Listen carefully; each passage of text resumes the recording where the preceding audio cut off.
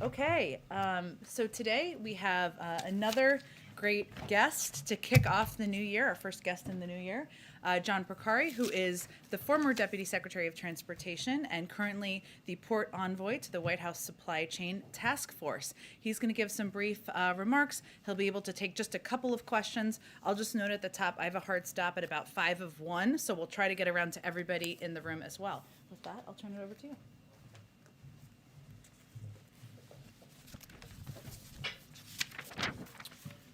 Thanks, Jen. Hi, everyone. It's a real pleasure to be here. I'd like to give you an update on the work we've done as part of the Biden-Harris Supply Chain Task Force. But first, I'd like to give you a quick look back at how we got here. The President saw early on how the pandemic was putting our supply chains to the test. In February, he issued an executive order requiring agencies to produce reports identifying challenges in our supply chains for a set of critical products and for a set of critical industries. When the first reports were released in June, he created a supply chain disruptions task force at the cabinet level to use every government lever to address the near-term disruptions related to the pandemic. One area he asked the task force to focus on was ports and trucking. In July, Secretary Buttigieg convened all of the key players from the goods movement supply chain: ports, labor, trucking, businesses, and more. In August, I joined the effort to serve as an honest broker who could help move everyone from finger pointing towards taking action. By October, the President brought together the nation's largest retailers, ports, and labor, and earned commitments from all to move toward a 24/7 supply chain system.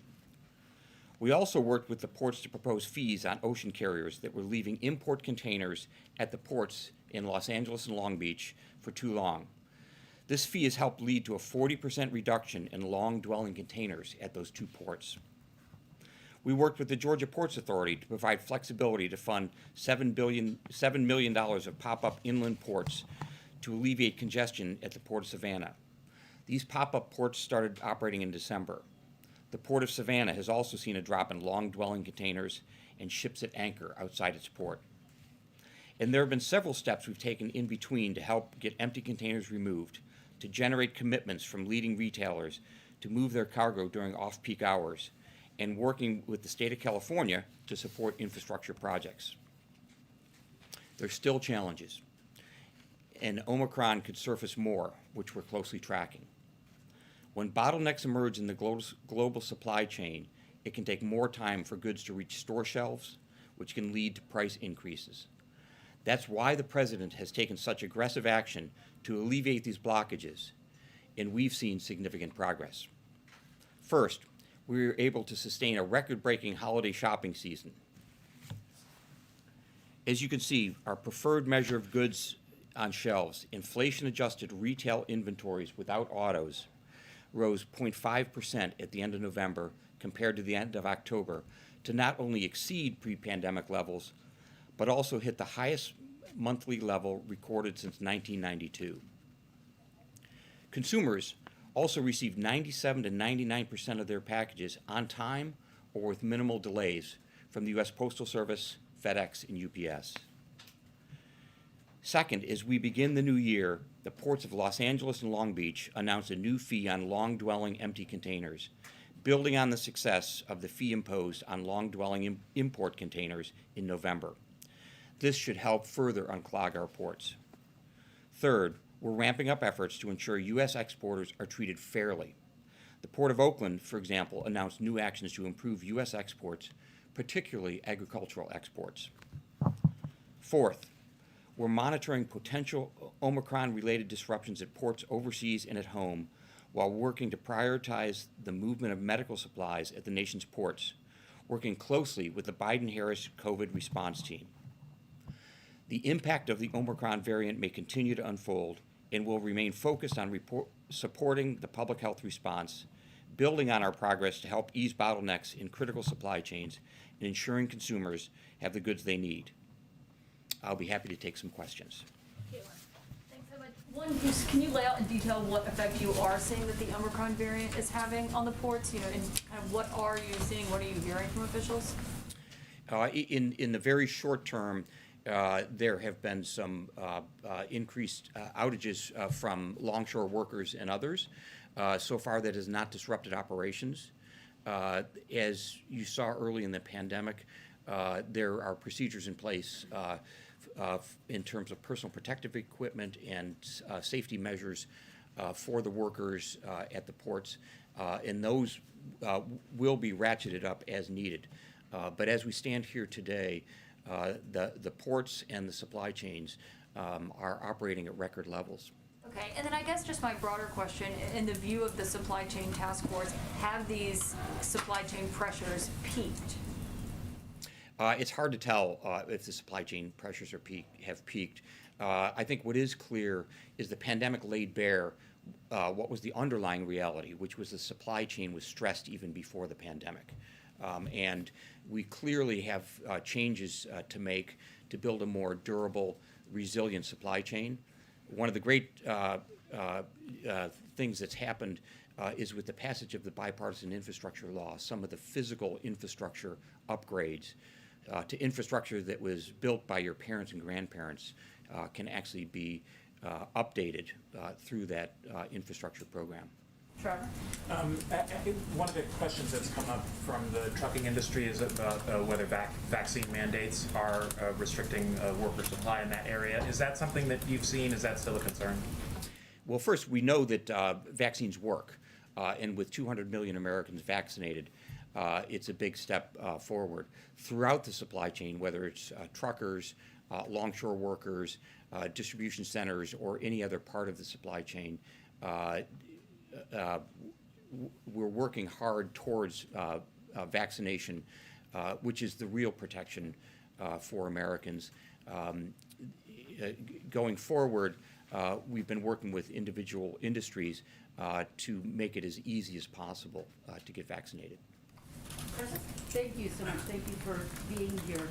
The Virginia Department of Health said on Tuesday that it's experiencing supply chain issues with getting COVID-19 tests, rapid tests. Can you speak to what's being done to address that issue, not just in Virginia, but all across the country? And do you anticipate it being a problem in terms of getting the 500 million tests that the president wants to bring online? Well, first, I think what that illustrates is that it's the global supply chain, and it's a global COVID issue that's affecting all countries. We have a procedure in place to prioritize medical supplies as needed.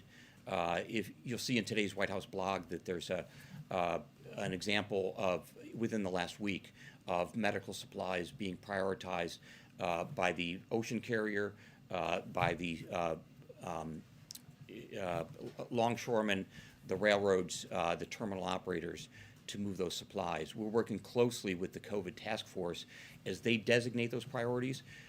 We have a procedure in place starting with the place of manufacture of those medical supplies to identify them early as they're put in containers, make sure those containers are separately identified, are what we call block stowed in a position on a ship where they can be the first off, and then are prioritized for unloading.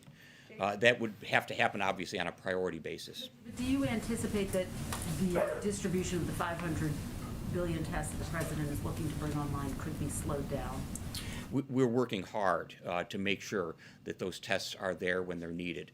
And together, this supply chain, with the millions of people that work on it, have met the challenges so far. We expect to continue to do that.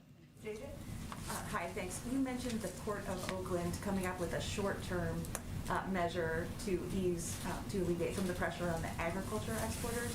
Is there a long-term plan to help ease some of those same pressures on the ag industry?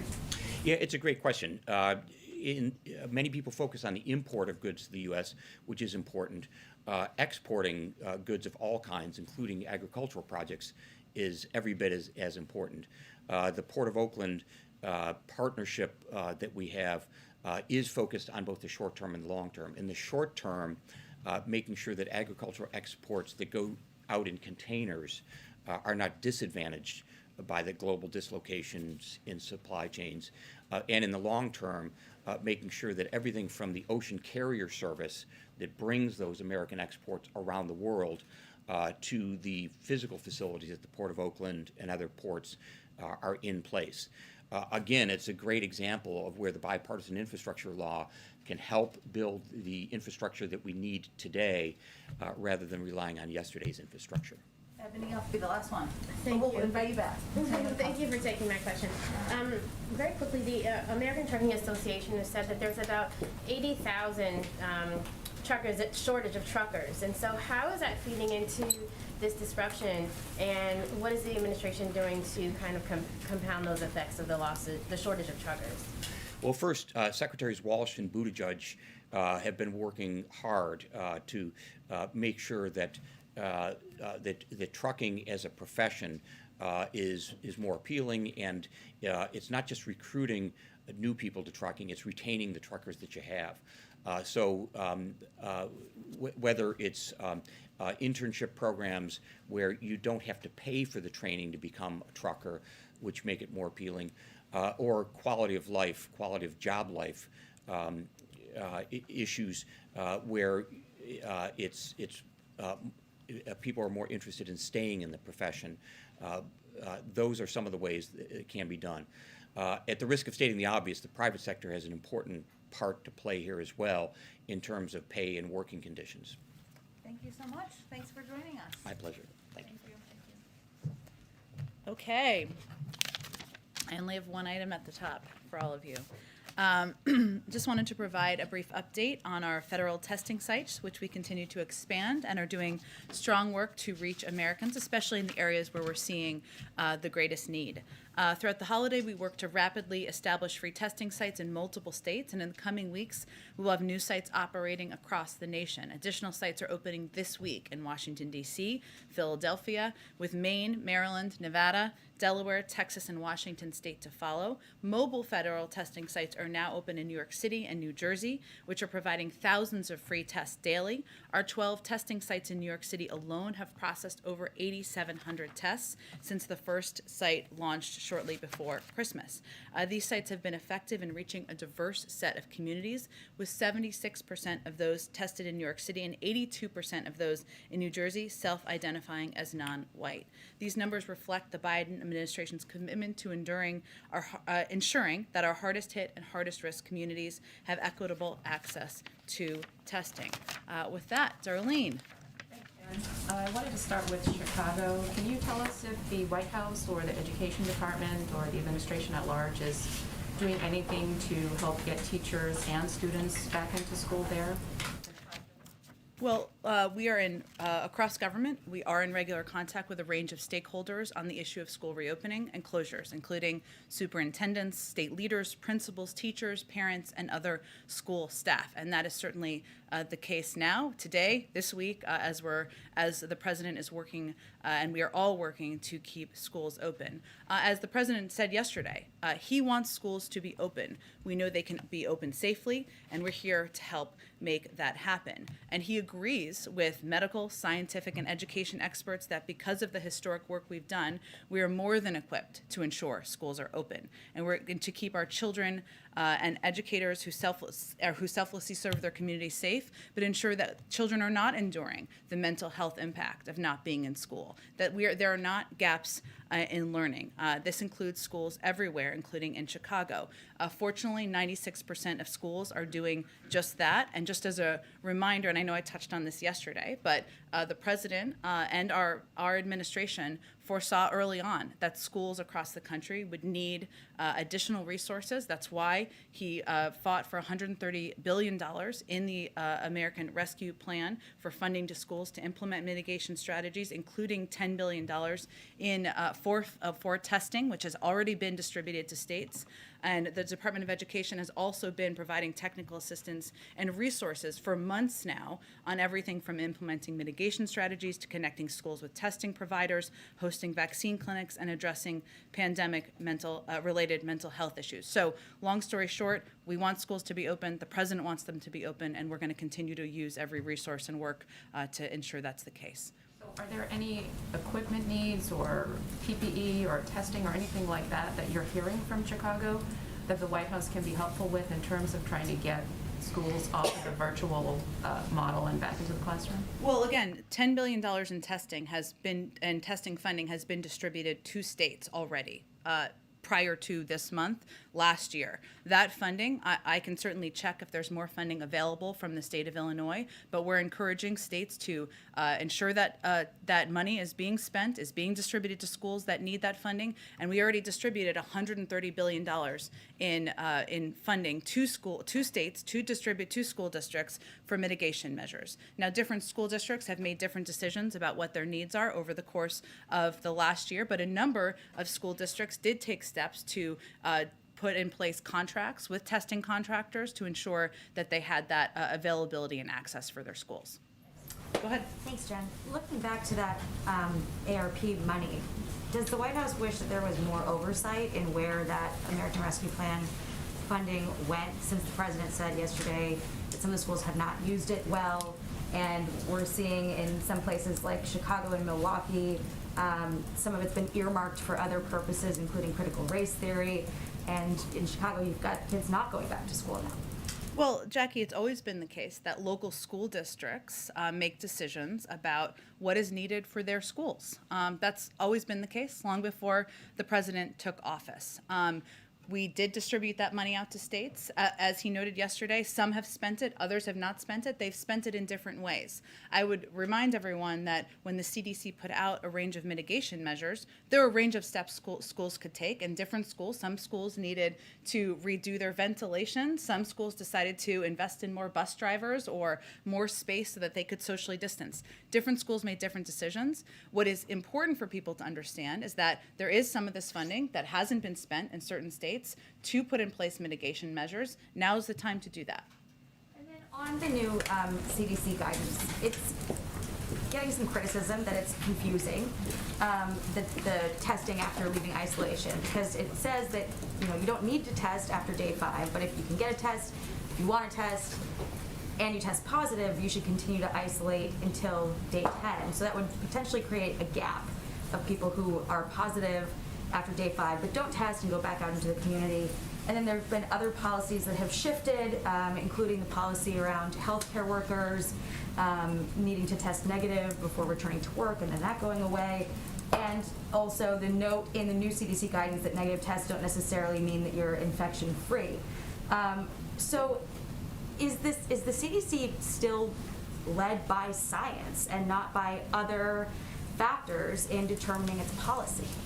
Well, Jackie, the CDC is absolutely led by data and science. And, again, if they hadn't changed their recommendations over the course of time, schools would probably be closed across the country, right? They, of course, are continuing to address, as they have for the past year plus, steps that need to be taken in order to protect the American people. The CDC's guidance did not add a recommendation for testing, including in workplaces.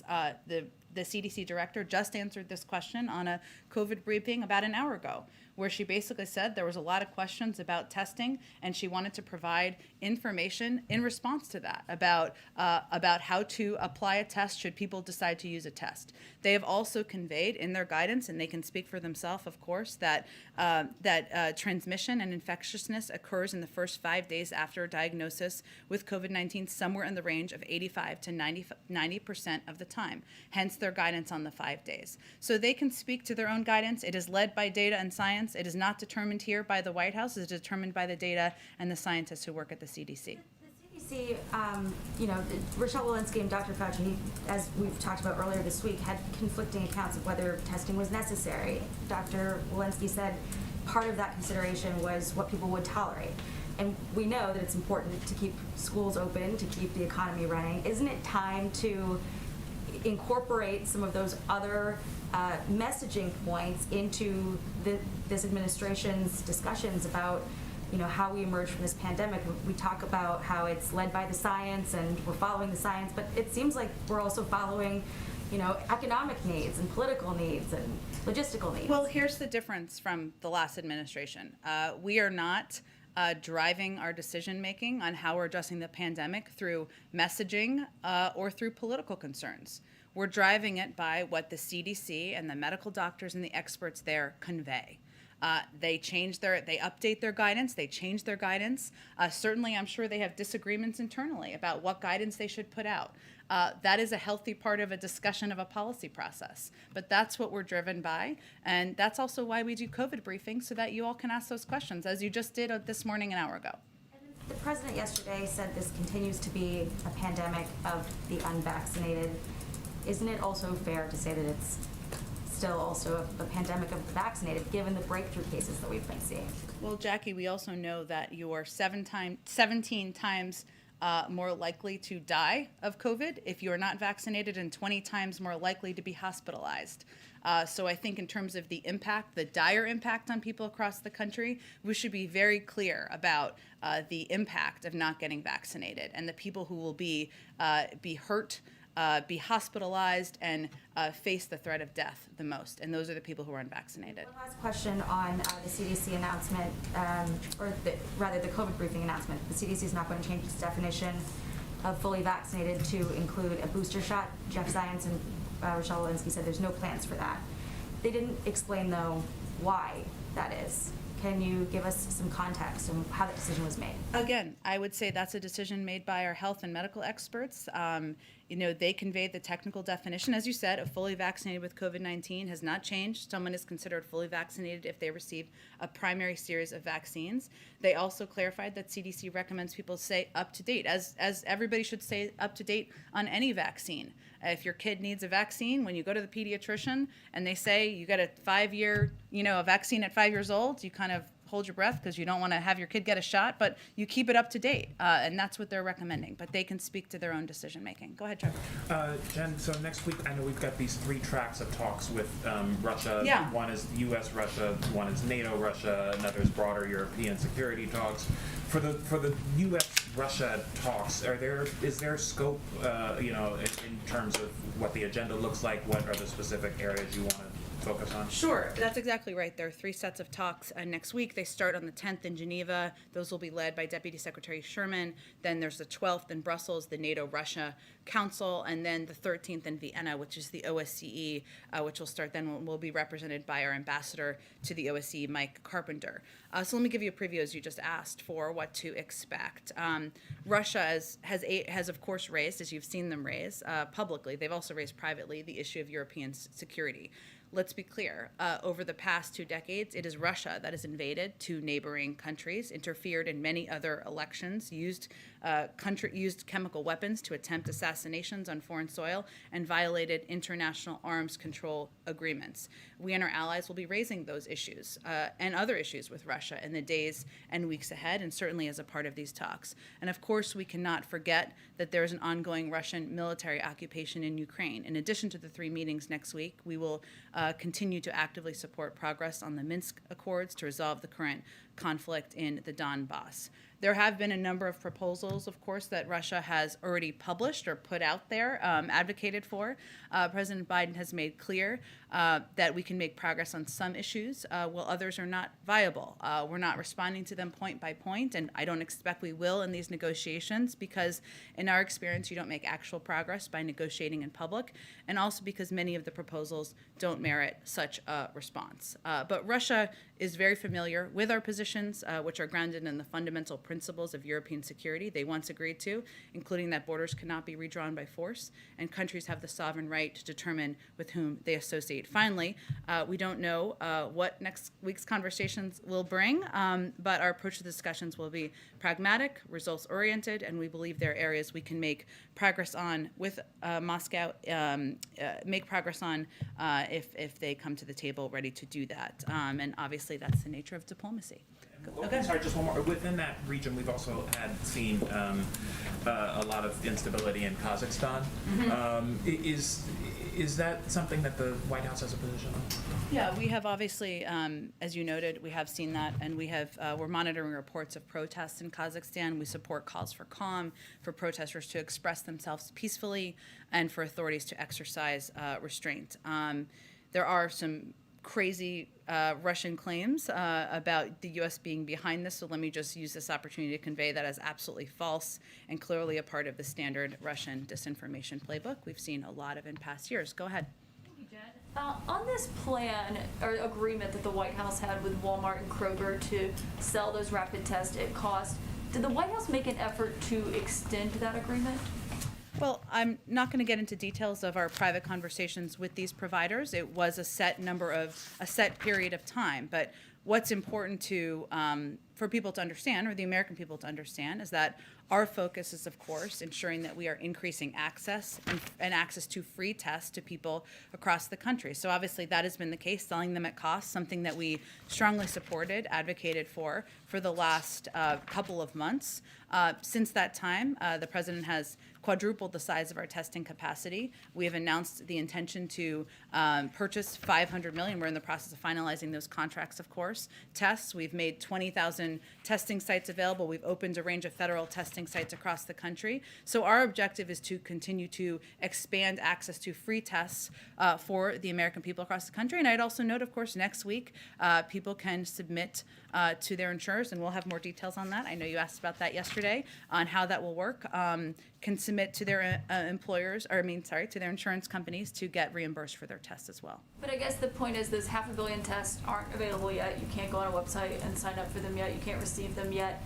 You can't yet file a claim with your insurance company to be reimbursed for the tests that people have been buying. And so I'm wondering, since the president has had the CEO of Walmart here at the White House before, they have a pretty close relationship since he took office, why he would not try to extend that agreement that they had with Walmart, that the White House had with Walmart, to keep those tests a little bit less expensive than they already are. Well, I'm not going to detail private conversations, but I will just reiterate that next week people can get reimbursed for their tests. I just announced at the top of this briefing a number of additional federal testing large sites that we're opening. We have 20,000 free testing sites across the country, and we are very close to being able to announce put up the website so people can order, if they desire, free tests to be delivered to their homes. So we are very close to continuing to expand access to free tests, and that's what our focus is on. And of course, we certainly believe, and our focus continues to be, that we don't want any American to be in positions where tests are only available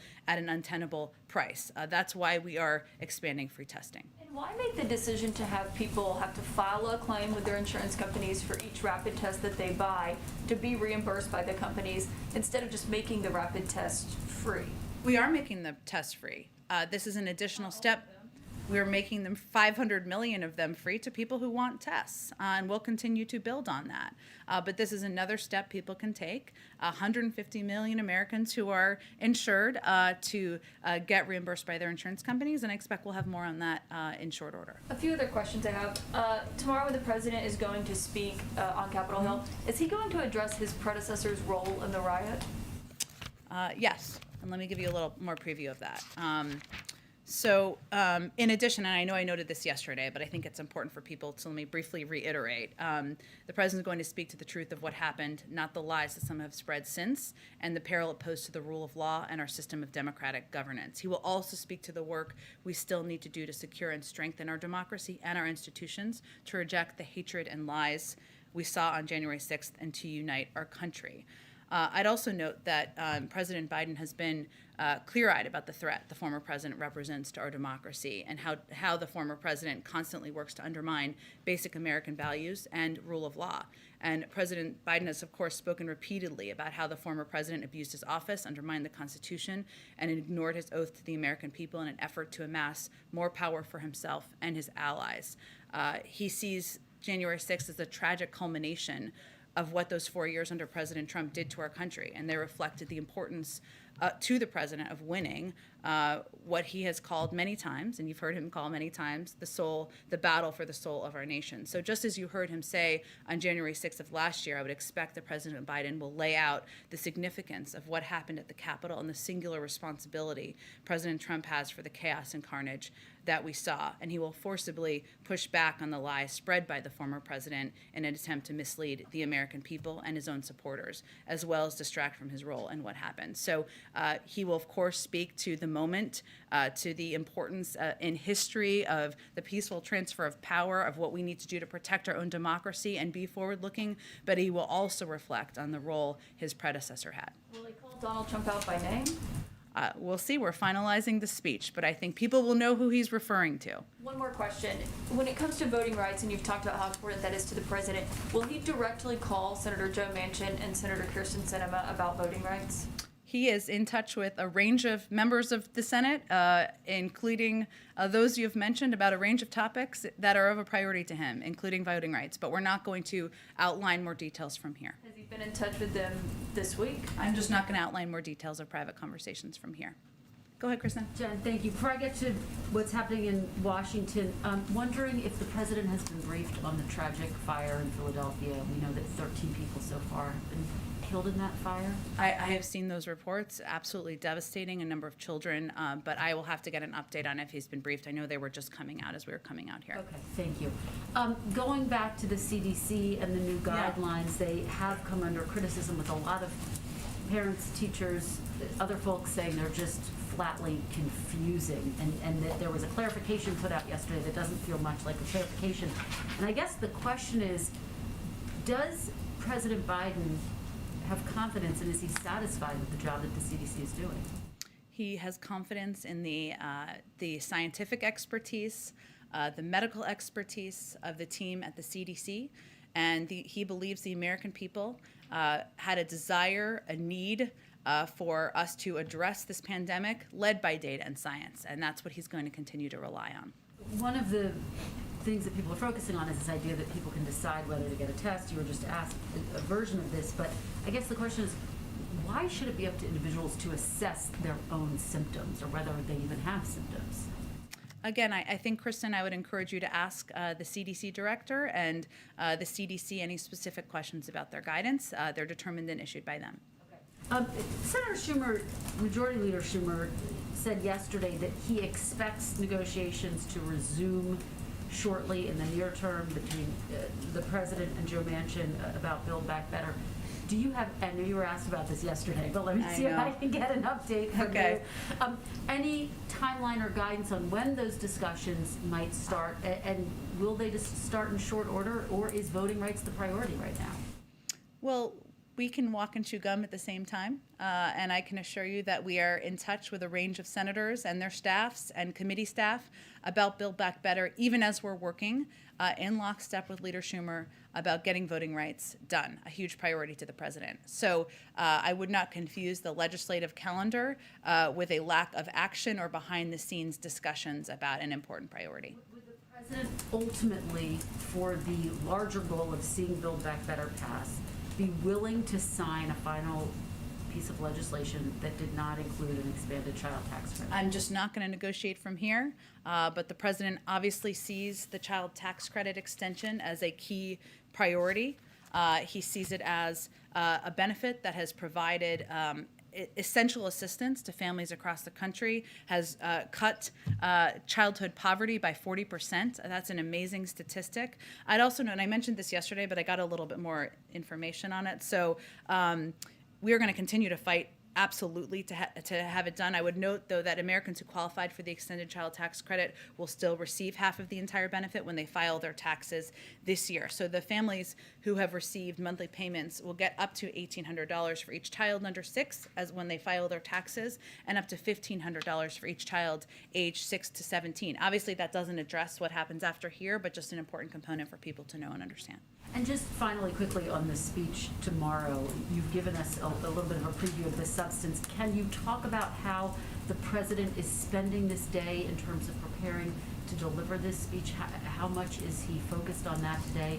Is he doing dry run-throughs? I mean, obviously, this is a significant moment. Sure. Look, I would say first, I know the president doesn't have public events today. He does have a number of meetings with policy teams, and that's often what he's doing behind the scenes. If you were standing here today, which I know he's always invited, is what you guys will say, but he would say we never give him any free time or any time to think, and that is probably true. So that is a big part of his day-to-day.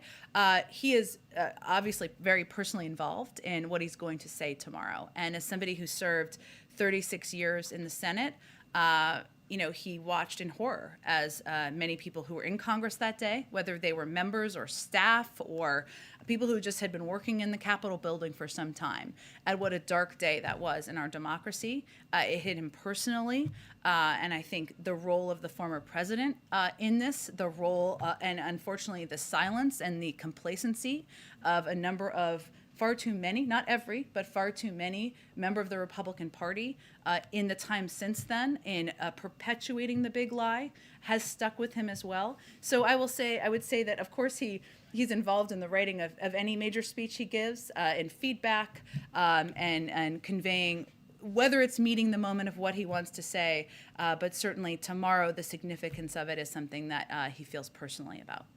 Go ahead. On the idea of some fresh spending for COVID relief for small businesses, first of all, can you share some reaction to that? And then also, would the White House be open to spending for restaurants, COVID relief for restaurants, or would the president be opposed to that?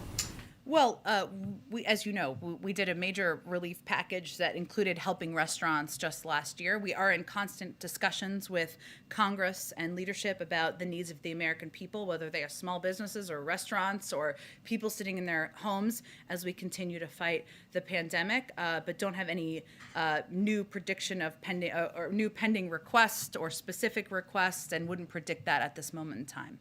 Okay, and then on the Federal Reserve, on the search, does the White House have a clear idea from Senator Manchin how he would vote on some of these nominations? Has the president been running some of the names by him to see how he feels? I'm just not going to have an update on that for you.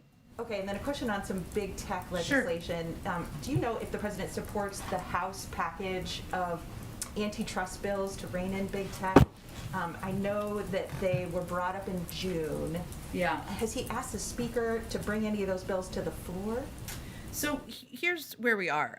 The president's view is that the history of the country suggests that strong antitrust laws have been a key to American technological leadership and preeminence. And for generations, our approach has been to expose our main tech firms to more competition. The president has been very clear in his view that we need more competition in the tech industry. That's his fundamental view. You saw that in the executive order on competition he signed in July.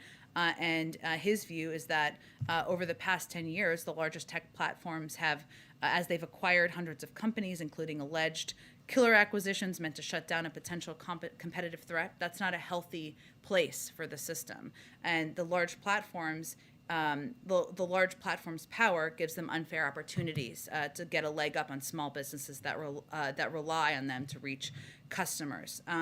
The president also called on federal agencies like DOJ and the FTC to use their existing tools to tackle these problems in the executive order. I know you're specifically asking about the legislation. We're encouraged, he's encouraged, to see bipartisan interest in Congress in passing legislation to address the power of tech platforms through antitrust legislation and to protect privacy. I don't think we've done a statement yet of administrative policy on this particular legislation, but we're in discussion, and we are encouraged by the bipartisan interest in doing something about this.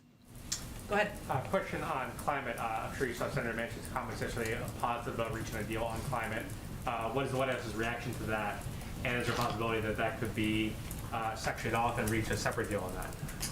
I'm not going to have any direct reaction to Senator Manchin's comments, which were extensive, and he frequently talks to the press, which of course is a good thing. But I would say that a key component of the president's Build Back Better agenda is climate and addressing the climate crisis. That's how he feels. It's vitally important to him. As you know, there's a significant investment in addressing the climate crisis in the bill and legislation that we have been working on with Congress on. And that's important because while we have taken a number of steps from the administration with the power he has as president, tackling super pollutants, phasing down HFCs, rallying the world on methane in Glasgow, standing with auto workers and America's big car manufacturers to roll out plans to boost electric vehicles, putting America on track for 1 of every 2 cars sold to be zero emissions. These are important steps he's taken on his own. We know that working with Congress on legislation is vital and important to reaching our objectives, to reaching our goals, and to really making an impact. But I'm not going to negotiate from here on what the specifics are with members of Congress. And 2 questions on voting rights. Does the White House have a response to Senator McConnell, who was critical of the focus on voting rights on January 6th, this was, this day was being used to push Democrats' agenda of voting rights? And then secondly, does the president plan to address voting rights tomorrow, and will he address specifically the filibuster and changing the rules of the filibuster? Sure. Well, I would say first on the speech tomorrow, I can't believe it's tomorrow, but the speech tomorrow, he will touch on voting rights, but he will have more to say on that soon in a longer format. And the speech tomorrow is more focused on the day, what it means in our history, and the role that some have played in continuing to perpetuate the big lie and perceptions in the country. But he will touch on it. I would note, as it relates to specifically the filibuster, in March, just to go back a little bit here, because I expect we'll be talking about this more, the president said he had, quote, an open mind about dealing with certain things that are just elemental to the functioning of our democracy, like the right to vote, like the basic right to vote. We've amended the filibuster in the past. He's also said previously that senseless obstruction would be a big factor for him, and I think there's no question, objectively, Republicans have not once but 4 times obstructed basic legislation that should not be partisan, but is about upholding our Constitution as they simultaneously attack the most fundamental American right, the right to vote. He also said back in December that if necessary, he supports a rule change to uphold the sacred right of Americans to vote. And this is reflective of the fact that while he is a creature of the Senate and somebody who respects the history of the Senate, he wants the Senate to function. And he wants to move towards and is open to rules changes that will help the Senate function. So I expect he'll have more to say about that, but I just wanted to note a couple of the things he said, including right before Christmas. Sorry, you said a longer format down the line. Is there another speech planned on voting rights? We'll have more to say soon, but he'll have more to say tomorrow, past tomorrow, in another format about voting rights. Go ahead, Emily. I wanted to kind of piggyback on what my colleague was just saying, because I was wondering, does he plan to visit the Senate at all and do a full federal speech on reform, just as he did when he went to the House regarding the infrastructure bill? Can we see that? And back on the speech again, I know you can't give out everything, however, in calling out Trump, is he also going to speak directly to his own party that have stood in the way of the filibuster? Well, again, I would just note that tomorrow, while he will touch on voting rights, is not a speech about voting rights. And he will have more to say about that soon. In terms of the location and the format, I don't have anything to preview for you at this point in time. But I think you can expect he will make a passionate case for voting rights, as he has done on a number of occasions in the past, and he will do that soon. I want to ask a quick question on COVID. You're talking about the tests that are going to be available free online. What is the administration doing to confront communities, underserved communities that don't have broadband access, that are going to have trouble getting and ordering these tests online? What is the administration doing on that end? Well, I would say it is an important tool, but it is not the only way that we are providing access to free testing across the country, and certainly ensuring that we are reaching communities that may have challenges because of lack of broadband access or the inability to order online is part of our objective. I started this briefing announcing a number of the federal testing sites that we've opened and ones that we will continue to expand.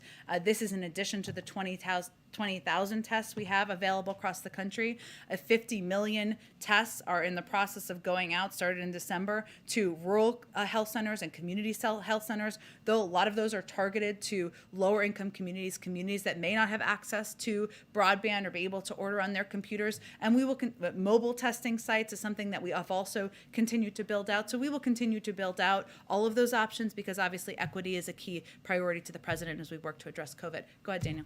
I have 2 questions. French President Emmanuel Macron said this week that he plans to hassle the unvaccinated to try to get them to get the shot.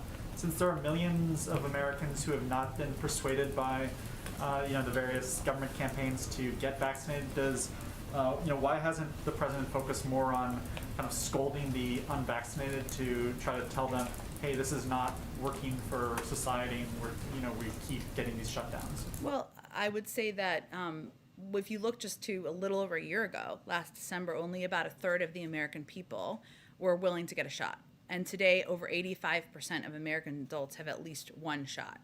And more than 70% are fully vaccinated. So our objective has been to continue to convey to the American people the fact that getting vaccinated will help protect them from hospitalization, from death. It will help protect their loved ones. It will help protect their neighbors and their community. And we've had a great deal of success in that. And obviously the French will make their own decisions about the most effective way to communicate with their public. Is there going to be any change in strategy in terms of messaging? You know, you guys have had like the Jonas Brothers and others, but like, what do we, Joe Rogan? Or Jonas Brothers. I would say, Daniel, that our approach to date has been that we have looked for trusted messengers. And some of them may have been people who supported President Biden, and many of them were not. And it's been important to us to reach communities, meet people where they are, including with voices. Some of them have been local officials. We found, and this is no surprise to most people who've been covering politics, but local officials, local leaders, pediatricians, they are often the most trusted voices in communities, but also to work with voices of people who, again, may not have voted for the president, but can be effective in helping encourage people to get vaccinated. Yesterday, Senate Minority Leader Mitch McConnell said that Democrats' version of the big lie is their concerns that Republicans are making it harder for people to vote. Does the White House have a response to what McConnell said? Well, I would just say facts are facts, and when you make it harder to vote, you make it harder to vote. So let's just give a couple of examples. Michigan Republicans have been replacing members of county boards of canvassers who voted to certify the 2020 election results and are replacing them in some cases with individuals who ascribe to the big lie. Georgia passed a law that allows the state legislature to control the state election board and in turn allows the state elections board to remove local election officials who manage the voting and counting process. Texas passed a law that makes it easier for partisan poll watchers to hover around people while they vote and intimidate them. Montana passed a law that repeals same-day voter registration, makes it harder for people to vote by mail. And Republicans in Arizona, Pennsylvania, and Wisconsin have been pursuing purported audits of the 2020 election, something that's been thrown out of 80 courts in service of the big lie. So if that is not making it more difficult to vote, I don't know what is, but maybe Mr. McConnell has a different definition of that. Go ahead. Thanks, Jen. Ahead of the January 6th anniversary tomorrow, does the president think Attorney General Merrick Garland has done enough to investigate the attempt to overturn the 2020 election? And also, some Republicans are accusing Democrats of playing politics with the anniversary. Does the president think bipartisanship and relations between the two parties are better or worse off than they were a year ago? Well, on the first one, we do something different here. We leave any decisions about investigations to the independent Justice Department, something that the Attorney General naturally demanded, and the President wanted to in his Justice Department and his Attorney General. And in the second, I would say that what you'll hear the President talk about tomorrow is the fact that you don't just love your country when you win. You love your country, you love democracy. In any scenario. And what is most disappointing to him is that there has been a silence and at times a complacency by far too many Republicans who have sat by and defended the big lie and perpetuated misinformation to the American public. That is not meant to be a partisan. That is meant to be a statement of fact and an important reminder to people about the history of our democracy in this country, and I think that's what people will hear from him tomorrow. I just have to get quickly around here because I want to get to everybody. Go ahead. I have a question on testing. You started by talking about testing capacity and increasing testing capacity. I'd like to know if the administration, federal government, is doing anything to increase testing processing. We've seen the lines of people waiting, but they're also waiting a long time to get those results, and that keeps society from moving forward. So what is the administration doing to help with that processing gap? I know that question was just asked on the COVID briefing. It's a very good question. I believe they said they'd look into more information, so let me see if they have more on that. Okay, and one more question for you. Similar vein, with the Omicron variant having such a big impact, perhaps an outsized impact than we were expecting, is the administration eyeing any additional COVID relief? I know Jen asked about restaurant relief, but just sort of a larger package to help people sort of get through this new phase of COVID. The same answer applies. We are constantly in conversation with Congress and leadership and members about what we think and what they think the American people need in any moment. But it's important also to remember we are in a very different place than we were a year ago or 6 months ago.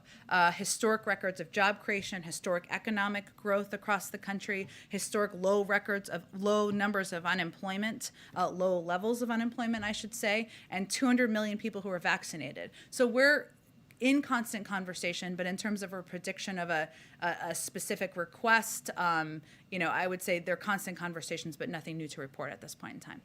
Thanks, Jen. Go ahead. Sorry, I will quickly get around to the last two, or last three. Go ahead. Okay, real quick, asking one question on behalf of a colleague who couldn't be here, from Catherine Lucy of the Wall Street Journal. Does the White House see the teachers union in Chicago as an obstruction to overseeing schools? What is their message to union leaders? So I believe I answered this a little bit earlier, and the president wants schools to be open. He believes we have the tools for schools to be open, and we're going to continue to work to ensure that students are in classrooms, they are in classrooms safely, and they are for the foreseeable future. And yesterday, New York City Mayor Eric Adams urged local businesses to return back to their offices. We know that the president has said, it's safe to return to schools, but does he agree with this message that, workers should be going back to their offices to help out the quote, financial ecosystem? Local leaders are going to make decisions about what is safe and best in their communities. I would say that we would really defer to them. Go ahead in the back. About the upcoming Russia talks, what are you guys expecting? Are you expecting any concrete results after these 3 rounds of talks, or are you just happy with keeping the line of communication open with the Russians? Well, I think, and hopefully I gave a pretty extensive preview of what we expect, or what we are going to into the discussions, the 3 sets of talks to accomplish, but I'm not going to make a prediction of what's going to come out of them at this point. And just a quick follow-up, there's a lot of focus on if Russia does indeed invade Ukraine, we will have very harsh consequences for the Russian government. What about the status quo? What is the White House's position on if things don't change and they don't invade Ukraine? Well, we are continuing to provide defensive assistance to Ukraine. We've been providing assistance, and we will continue to do so in the weeks and months ahead. And that is building on, of course, when President Zelensky was here. And we will continue to discuss, work in close coordination with our partners and allies in Europe as we work to reduce and de-escalate the situation on the border. Go ahead. Thank you, Jen. I have one follow on testing and then Sure. one separate question. The follow is, you say the CDC is driven by data, but I'm wondering what role the data about just the sheer availability of tests at this exact moment in time is playing in the guidance that they're offering. And once those 500 million tests and all of the various tests that the White House is procuring, once those come to market, could we see the guidance change? Well, Dr. Walensky answered this question on the COVID briefing and said specifically it had nothing to do with access to tests. And actually, there's a wide expansive, we're continuing to expand the number of tests that are available, but it's not an issue with tests, their guidance. A child who has simply been exposed to COVID in school is going to participate in a test to stay in school program, but someone who has actually had COVID is not required to test to re-enter society. Well, again, I would point you to the CDC to answer any specific questions on their guidance. It's driven by their own data and their own scientists. And then on Build Back Better, CNBC and Change Research conducted a poll in late December asking various demographics about some of the legislation that's been proposed, the state of the economy. Pure Independents, the group of voters that secured the election for President Biden, they give the president a D across the board on economic issues, and only 30% say that Build Back Better will grow the economy and create jobs. What is your own internal polling telling you about whether independents want Build Back Better and whether you should recalibrate for a different set of policy proposals? Well, without getting into internal polling, I will tell you that Build Back Better, as you know, hasn't passed yet. And we are working to get it passed. And what we see in a lot of polling is that people like the components of the bill, but they don't know exactly what's in Build Back Better and what it means. And it's always easier to sell a package to the public once it's passed. So we are hoping we are going to get to that point. That is our objective. I would note that the economic data is very strong right now in a lot of areas. Economic growth, job creation, low unemployment. We also understand that the way people are experiencing, the American public is experiencing a life right now is through the prism of a pandemic that is we're almost 2 years into. They're tired of it. They're fatigued by it. While it has been an unpredictable historic pandemic, they want it to be over. And their experience with the economy is inherently tied to that. We understand that it's less about data and more about what people are experiencing in their day-to-day life. It doesn't look normal. They're worried about there being labor shortages and there being canceled flights or not enough teachers in school because of the spread of Omicron. We understand that. So our focus right now is on doing everything we can to continue to fight the virus. We think that is the biggest driver in making people feel better about their daily experiences and better about, we know, the progress that's been made in the economy. Thanks so much, everybody. We'll see you tomorrow.